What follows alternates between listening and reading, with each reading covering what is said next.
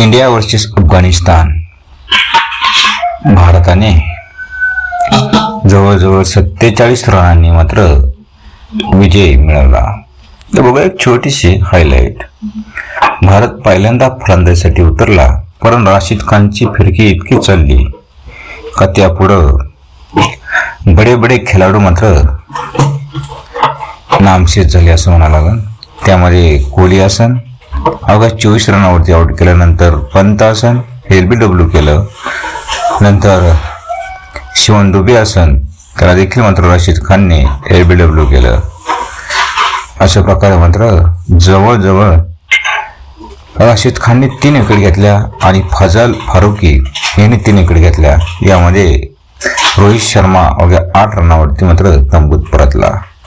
सर्वाधिक खेळी केली असून सूर्यकुमार यादवने 53 रनांची आणि मॅन ऑफ द मॅचचा मानकरी देखील सूर्यकुमार यादवच ठरला.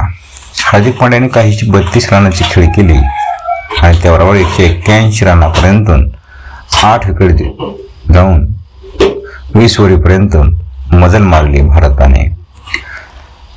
परंतु अफगाणिस्तानचा संघ बुमराच्या यॉर्करवरती मात्र टिकाव धरू शकला नाही. अवघ्या Gurbaz 11 run, Zazai 2 run, Zadran 8 run, अक्षर पटेलने मात्र त्याला आउट केलं.